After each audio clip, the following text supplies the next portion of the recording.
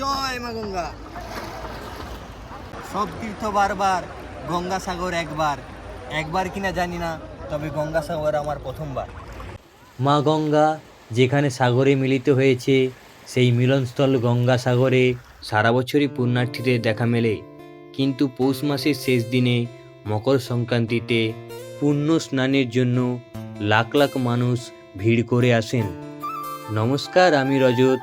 আসন্ন গঙ্গাসাগর মেলা 2025-এর প্রাক্কালে আজকে নিয়ে যাব আপনাদের গঙ্গাসাগরে এবং গঙ্গাসাগর যাত্রার সমস্ত তথ্য দেব এই ভিডিওতে।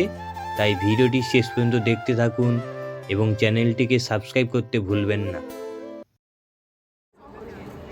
কম খরচে এবং খুব সহজে গঙ্গাসাগর যাওয়ার সবচেয়ে ভালো রাস্তাটি হলো ট্রেনে করে যাওয়া। গঙ্গাসাগর যাওয়ার জন্য শিয়ালদা ডিভিশনের দক্ষিণ শাখার নামখানা লোকাল ধরতে হবে। আমাদের 7টা-14 নামখানা লোকাল 18 নম্বর প্ল্যাটফর্মে দিয়েছে।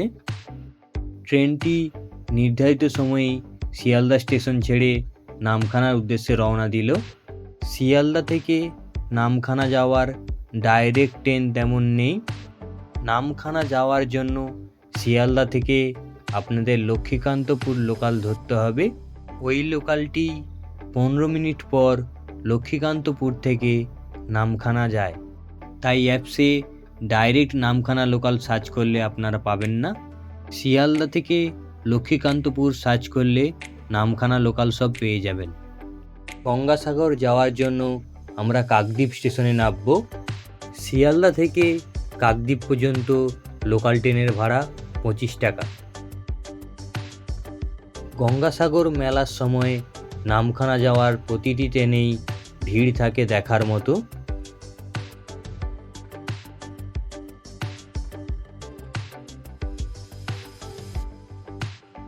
প্রায় 1 ঘন্টা 40 মিনিট পর আমাদের ট্রেন লক্ষ্মীকান্তপুর স্টেশনে পৌঁছলো। এখানে ট্রেনটি 15 মিনিট দাঁড়াবে, তারপর আবার নামখানার উদ্দেশ্যে রওনা দেবে। ট্রেনে অনেকক্ষণ দাঁড়িয়ে খিদে পেয়ে গিয়েছিল, তাই লক্ষ্মীকান্তপুর স্টেশনে পরোটা আর ঘুগনি দিয়ে ব্রেকফাস্টটা করে নিলাম।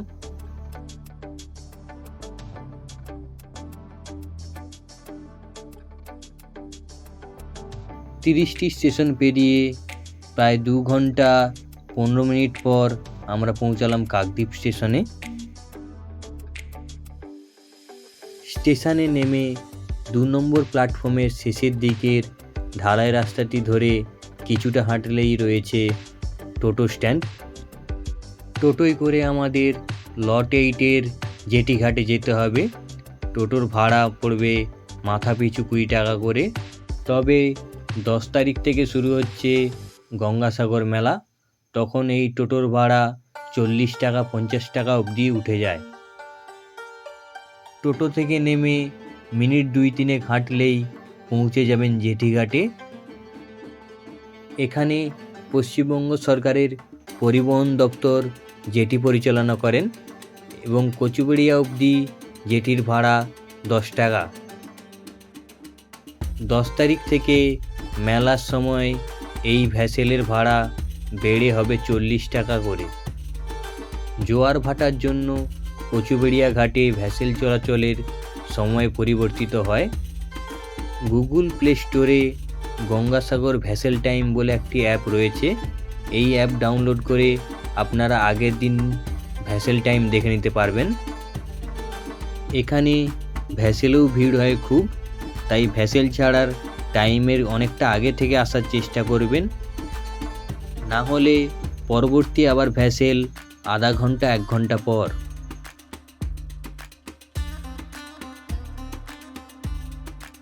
প্রায় 30 থেকে 40 মিনিট পর আমরা পৌঁছে গেলাম কচুবেড়িয়া জেটি ঘাটে।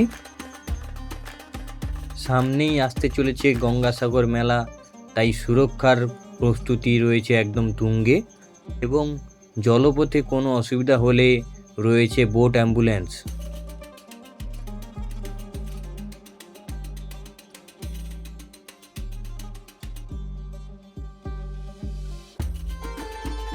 কচুবেড়িয়া জেটিঘাট থেকে বেরোলেই দুদিকে রয়েছে অনেক খাওয়ার দোকান এবং সামনের দিকে এগিয়ে গেলে পাওয়া যাবে গঙ্গাসাগর যাওয়ার জন্য বাস, 4 চাকা, অটো।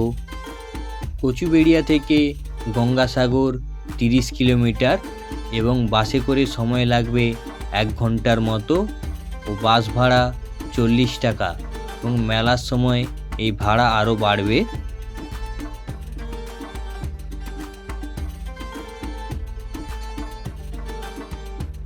ঘড়িতে বাজে 12:30। আমরা গঙ্গাসাগর বাস স্ট্যান্ডে চলে এসেছি। বাস স্ট্যান্ড থেকে বেরিয়ে বাম দিকে যে পিচ রাস্তাটি চলে গেছে ওই রাস্তা দিয়ে যেতে হবে কপিল মুনির আশ্রম এবং গঙ্গাসাগরে। এই রাস্তা দিয়েই যাওয়ার সময় পাশেই অনেক জায়গায় দেখতে পাবেন খেজুর রস থেকে গুড় তৈরি করা হচ্ছে।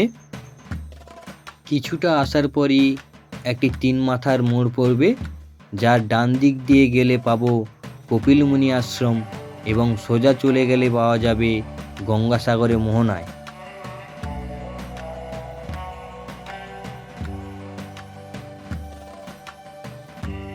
মন্দিরের ডান দিকেই রয়েছে পবিত্র কপিল মুনি সরোবর।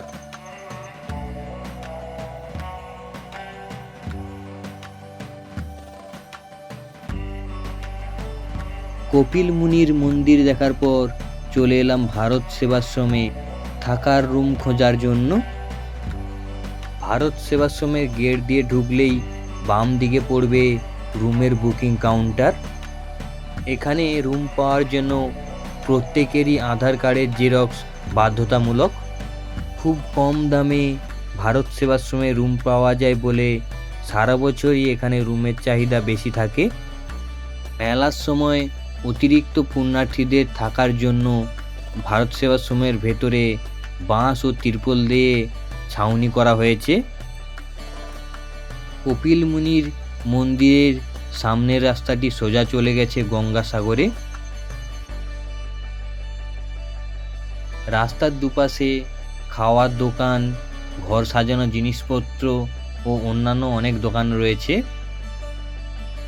এবছর 10ই জানুয়ারি থেকে শুরু হচ্ছে বিশ্বের এবং ভারতবর্ষের দ্বিতীয় বৃহত্তম মেলা গঙ্গাসাগর মেলা। কুম্ভ মেলার পর এই দ্বিতীয় বৃহত্তম গঙ্গাসাগর মেলায় লক্ষ লক্ষ পুণ্যার্থী আসেন পুণ্য স্নান করার জন্য।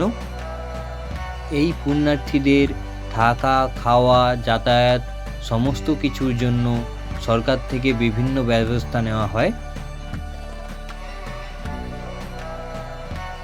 গঙ্গা স্নানে আগত পুণ্যার্থীদের জন্য অনেক অস্থায়ী ঘরও তৈরি করা হয়েছে যাতে তাদের কোনো অসুবিধা না হয়।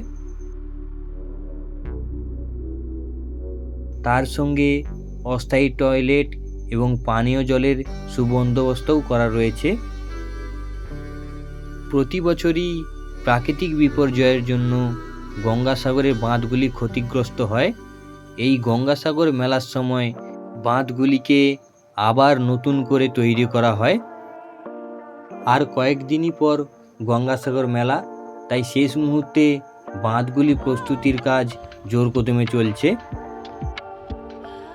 তার সঙ্গে সঙ্গে মেলার প্যান্ডেলের কাজও শুরু হয়ে গেছে।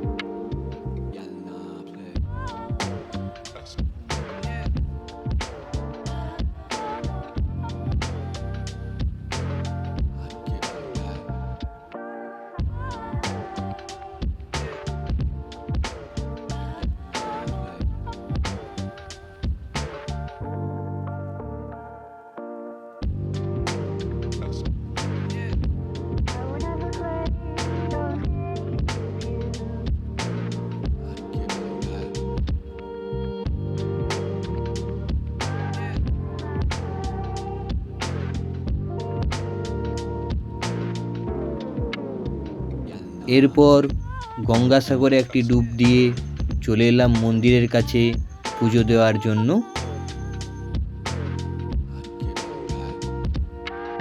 মন্দিরের সামনেই বাঁ দিকে অনেকগুলি পুজোর ডালি নেওয়ার স্টল রয়েছে। 51 টাকা থেকে শুরু করে 500 টাকা 1000 টাকা অবধি পুজোর ডালি রয়েছে।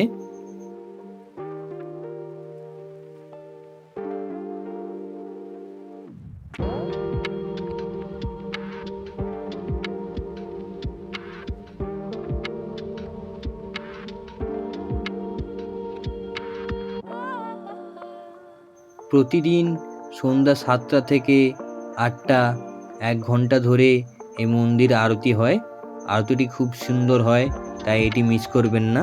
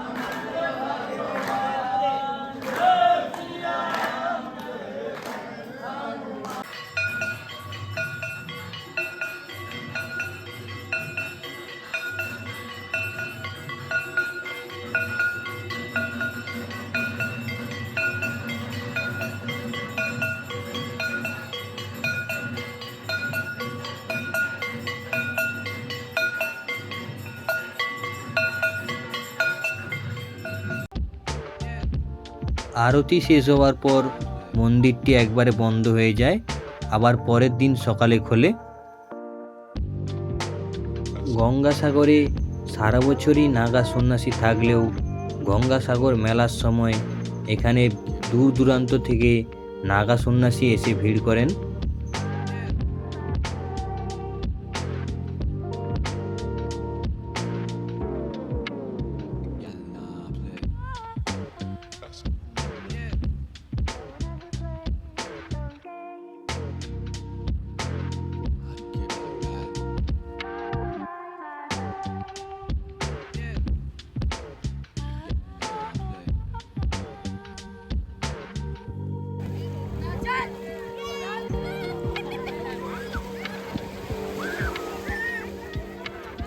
পরের দিন সকালে উঠে গঙ্গাসাগরের সূর্য উদয় দেখে এবং মন্দিরে কিছুক্ষণ কাটিয়ে বাড়ির উদ্দেশ্যে রওনা দিলাম।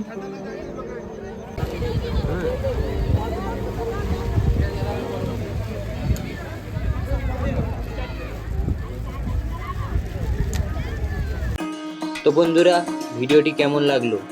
যদি ভালো লেগে থাকে লাইক, শেয়ার, কমেন্ট ও সাবস্ক্রাইব করতে ভুলবেন না।